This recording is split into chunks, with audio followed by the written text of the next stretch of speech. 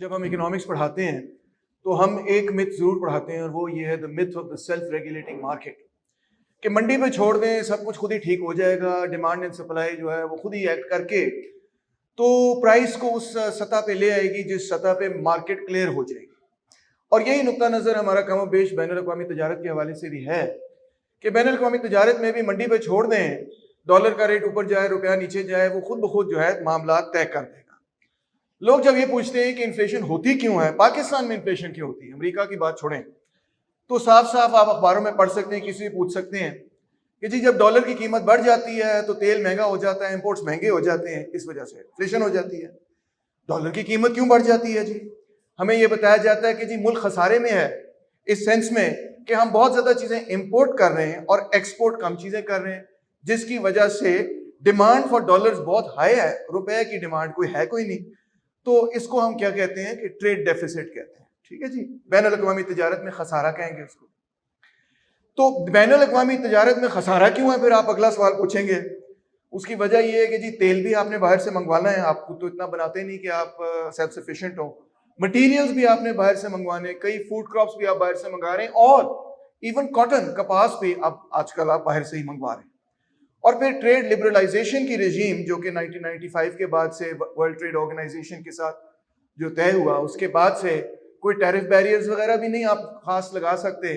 پہلے 45% پہ tariff barriers ہوتے تھے ضیاء الحق کے پیریڈ کے اندر، جمہوریت کے پیریڈ کے اندر وہ 8.6 کے پہ آئے ہوئے ہیں، 8.46 پہ ہیں غالباً تو ایوریج ٹیرف۔ تو ٹریڈ لبرلائزیشن کی وجہ سے آپ کوئی روک تھام بھی نہیں کر سکتے بین الاقوامی تجارت پہ، جس کا جو دل چاہے منگوا سکتا ہے، جس کا جو دل چاہے ایکسپورٹ کرے، سب کچھ کھلا کھاتا ہے۔ تو اگر چلیں ٹریڈ ڈیفیسٹ ہو بھی جائے تو اس سے کیا مسئلہ بن جاتا ہے؟ اس سے مسئلہ یہ بنتا ہے جناب کہ ملک کے پاس جب ڈالر بچتے نہیں تو ان تھیوری ہم یہ سکھاتے ہیں کہ ڈالر کا روپیہ کا ریٹ بڑھ جائے گا، یعنی ڈالر چڑھ جائے گا، روپیہ گر جائے گا، اور اس سے پاکستان کے اندر جو چیزیں بنتی ہیں تمام چیزیں وہ سستی ہو جائیں گی، اور جب پاکستان کیونکہ روپیہ جو ہے وہ سستا ہو جائے گا، اور جب پاکستان کے اندر جو چیزیں بنتی ہیں وہ سستی ہو جائیں گی تو پھر باہر کے لوگ ہم سے زیادہ چیزیں خریدیں گے، جو ہم ایکسپورٹ کرتے ہیں وہ بڑھ جائیں گے، اور باہر سے آنے والی چیزیں امپورٹ جو ہیں وہ مہنگی ہو جائیں گی۔ تو اس سے مارکیٹ خود بخود جو ہے وہ ٹریڈ سرپلس کو ٹریڈ بیلنس آف ٹریڈ پیدا کر دے گی، سرپلس بھی نہیں رہے گا، ڈیفیسٹ بھی نہیں رہے گا۔ مگر اکنامک تھیوری یہاں پہ آ کے اکنامک تھیوری کی بس ہو جاتی ہے، اس سے آگے وہ جاتی ہی نہیں، ہم پڑھاتے بھی نہیں، ادھر ہی ٹیکسٹ بکس میں بھی ادھر تک اکنامک تھیوری ہوتی ہے۔ اب میں آپ کو یہ بتانا چاہتا ہوں کہ جب ہم پاکستان کی معیشت کو دیکھتے ہیں اور انفیکٹ ڈیولپنگ ورلڈ کو دیکھتے ہیں تو مجھے کم سے کم 4 انوملیز نظر آتی ہیں، 4 ایسی چیزیں نظر آتی ہیں جو ہم تھیوری میں پڑھاتے ہی نہیں، جو کہ اس تھیوری کے بالکل برعکس جاتی ہیں۔ نمبر 1 یہ کہ جس ملک کے اندر امپورٹ ڈیپینڈنس پیدا ہو جائے، یعنی جو ملک چل ہی نہیں سکتا امپورٹ کیے بغیر، جس طرح پاکستان ہے، اگر ہم امپورٹ نہیں کریں گے تو گاڑیاں نہیں چلیں گی، تیل نہیں آئے گا تو بجلی بھی نہیں پروڈیوس ہوگی، تو ستیہ ناش ہو جائے گا۔ تو وہاں پہ inflation is mainly linked to import dependence, not to monetary policy. وہاں بیرونی ملکوں کے اندر جس کو ڈیمانڈ پل انفلیشن کہتے ہیں وہ نظر آتی ہے۔ یہاں پہ اکثر جو انفلیشن ہمیں نظر آتی ہے وہ کاسٹ پش انفلیشن ہے۔ تو یہ ایک پہلی انوملی نظر آتی ہے۔ دوسری بات کہ ہم جہاں پہ یہ امپورٹ ڈیپینڈنس ہو وہاں پہ آپ ایک ڈی ویلیویشن سپائرل میں چلے جاتے ہیں، جس طرح کینز نے ایک زمانے میں بتایا تھا کہ اکانومی ایک ایسی پوزیشن پہ پھنس سکتی ہے کہ جہاں پہ ایگریگیٹ ڈیمانڈ جو ہے وہ بالکل نیچے کی لیول پہ لو ایگریگیٹ ڈیمانڈ میں پھنس جائے اور اوپر چڑھتی نہیں ہے۔ اسی طرح ہم بھی ایک ایسی سچویشن میں ہیں، کیونکہ اس کی وجہ یہ ہے کہ جب ڈالر کی اوپر چڑھتا ہے تو جو چیزیں ہم نے امپورٹ کرنی ہے وہ بھی مہنگی ہو جاتی ہیں، اور جب جو چیزیں ہم نے امپورٹ کرنی ہوتی ہیں انہی سے ہم نے وہ چیزیں اگر بنانی ہو جو ہم نے ایکسپورٹ کرنی ہے تو پھر تو یہ بڑا مسئلہ بن جاتا ہے، کیونکہ اگر بجلی مہنگی ہو جاتی ہے تو سارے جو ایکسپورٹرز ہیں ان کے لیے، سارے انڈسٹریلسٹ کے لیے بجلی مہنگی ہو جاتی ہے۔ اگر باہر سے آپ نے کاٹن منگوانا ہے جس سے آپ نے کپڑا بنانا ہے تو پھر کپڑا جو آپ نے ایکسپورٹ کرنا ہے وہ بھی مہنگا ہو جائے گا۔ تو جب آپ کے ایکسپورٹس آپ کے امپورٹس کے ساتھ جڑے ہوئے ہیں تو امپورٹ جب مہنگے ہوں گے تو ایکسپورٹس کمپیٹیٹو نہیں ہو پائیں گے۔ تو اس کا مطلب یہ ہے کہ جو ڈی ویلیویشن آف دا روپی ہے اس کو خاصا دور جانا پڑے گا، سپائرل کرنا پڑے گا جب تک کہ وہ واپس مارکیٹ بیلنس ریسٹور نہ ہو۔ Extreme level of devaluation کرنی پڑے گی in order for the market to be rebalanced. So یہ اس سے ثابت ہوتا ہے کہ وہ جو ہمارا تصور ہے کہ مارکیٹ خود ریگولیٹ کر لے گی اس معاملے کو، ویسا نہیں ہے، کیونکہ ہماری امپورٹ ڈپینڈنس ہے اور اس چیز کو دیکھنے کی ضرورت ہے. پھر اگر انفلیشن کاسٹ ڈالر کی قیمت بڑھنے کے نتیجے میں انفلیشن اکانومی کے اندر پھیل جائے، کاسٹ پوش انفلیشن پھیل جائے، تو اسٹیٹ بینک آف پاکستان کو بھی اپنا ڈسکاؤنٹ ریٹ جو ہے وہ بڑھانا ہی پڑے گا. اگر وہ نہیں بڑھائے گی نمبر ایک، تو انفلیشن کا مطلب یہ ہوگا کہ انفیکٹ جو اسٹیٹ بینک بورنگ کرے گا as lender of last resort, وہ خود خسارے میں چلا جائے گا. اگر انفلیشن ریٹ بہت ہائی اور آپ کا انٹرسٹ ریٹ لو ہو تو اس کا مطلب ہے کہ جو بورر ہے وہ بڑے فائدے میں چلا جائے گا. تو ایک تو یہ وجہ ہے. دوسرا، انہوں نے سپلائی آف منی کو کھینچنا ہے، تو اسی لیے انہوں نے ابھی ایمرجنسی میٹنگ کر کے 20% پہ ڈسکاؤنٹ ریٹ کو کیبور کو چڑھایا. مگر جب وہ ڈسکاؤنٹ ریٹ کو چڑھائیں گے، یعنی کہ جس ریٹ پہ وہ آگے مزید بینکس کو اپنے as lender of last resort دیں گے، جب وہ ڈسکاؤنٹ ریٹ چڑھائیں گے اور اوور آل انٹرسٹ ریٹ بڑھے گا ساری اکانومی کے اندر، کمرشل بینکس کا انٹرسٹ ریٹ وغیرہ بھی بڑھ جائے گا، تو کیا ہوگا کہ آپ لوگ قرضہ لے کے کوئی انڈسٹری تو نہیں لگا سکیں گے. ویسے تو آپ لوگ شاید اس پوزیشن میں نہ ہو کہ قرضہ لے کے انڈسٹری لگائے، مگر انڈسٹریلسٹ بھی انڈسٹری نہیں لگائے گا، پوری اکانومی سلو ڈاؤن ہو جائے گی، ان امپلائمنٹ بڑھ جائے گی. تو ایٹ دا ویری مومنٹ جب آپ کو اکنامک سٹیمولیشن کی ضرورت ہے، اسٹیٹ بینک جو ہے انفلیشن کو کنٹرول کرنے کے لیے انٹرسٹ ریٹ بڑھا رہا ہے اور اس کے نتیجے میں پوری اکانومی سلو ڈاؤن ہو رہی ہے اور انٹرسٹ ریٹ پھر بھی کنٹرول نہیں ہو رہا. انہوں نے خود آ کے یہاں پہ آپ کے سامنے کہہ دیا کہ ہم نہیں کنٹرول کر سکتے مانیٹری پالیسی کے ذریعے کیونکہ یہ کاسٹ پوش انفلیشن ہو رہی ہے. تو اس کا مطلب ہے کہ آپ اب جو میجرز کر رہے ہیں اس کے نتیجے میں اگین وہ جو اکنامک تھیوری آپ نے پڑھی of the self regulating market, اس کی تو دھجیاں اڑ گئیں. At the very moment where you need economic stimulation, you are moving towards stagflation. Inflation بھی کنٹرول نہیں ہوگی اور گروتھ بھی نہیں ہوگی. اب آخر میں یہ کہ why can't the government budgets its international trade؟ سوال یہ پیدا ہوتا ہے کہ آپ سب کسی گھر میں رہتے ہیں، آپ کو پتا ہے میری اتنی تنخواہ ہے. جب آپ کو پتا ہے آپ کی اتنی تنخواہ ہے تو آپ کو پتا ہے اس سے زیادہ خرچے میں نہیں کر سکتا، اگر کروں گا تو ستیہ ناش ہو جائے گا، قرضے میں چلا جاؤں گا. اگر آپ ایک بزنس رن کر رہے ہیں تو آپ کو پتا ہے دس از مائی کیش اسٹریم، اتنے پیسے میرے پاس آ رہے ہیں، اس سے زیادہ میں خرچہ نہیں کر سکتا، اگر میں کروں گا تو میری بزنس ٹھپ ہو جائے گی.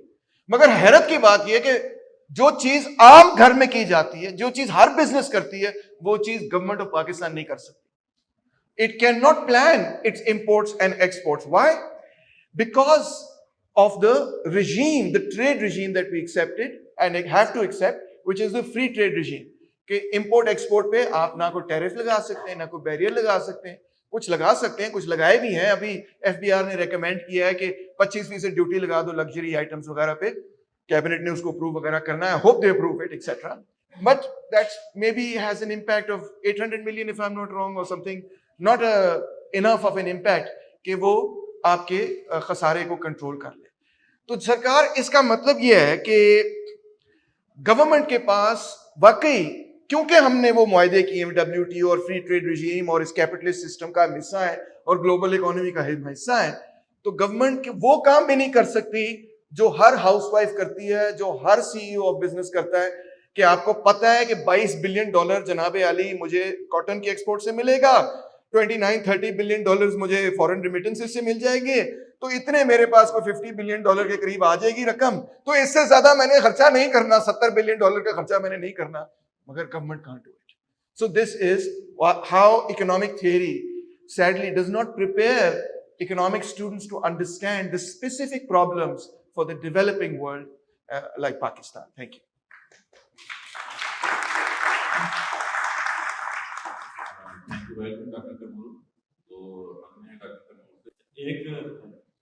جی مجھے ذرا اجازت دیں کیونکہ میں رسپونڈ کرنا چاہوں گا کچھ چیزوں کے حوالے سے.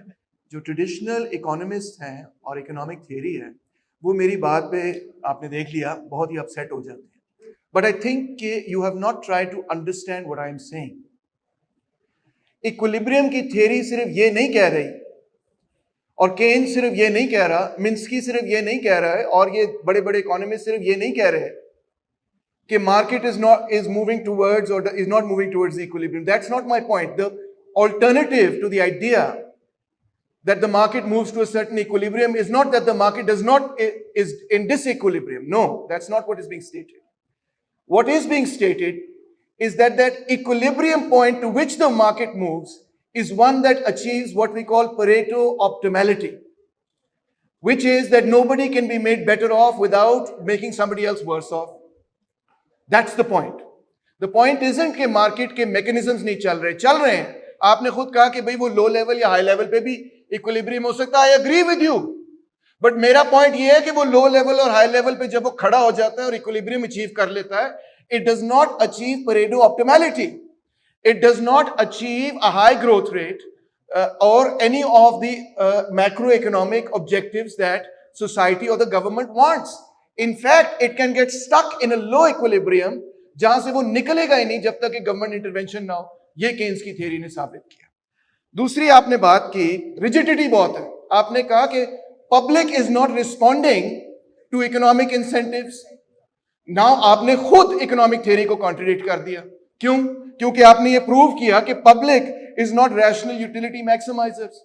ہم تو پہلی چیز یہ پڑھاتے ہیں پبلک ریشنل یوٹیلیٹی میکسیمائزرز. آپ نے کہا public does not respond to economic incentives. That means آپ خود ایڈمٹ کر رہے ہیں کہ اکنامک تھیوری کہیں نہ کہیں جو ہے فلاڈ ہے. آخر آلٹرنیٹو کیا ہے؟ I can give you 12 solutions, not one. Fixed exchange rate ہوا کرتا تھا کسی زمانے میں. We can consider that. Budgeting of international trade through control over letters of credit must be considered by the government. Tariffs and barriers on non-essential imports must be considered.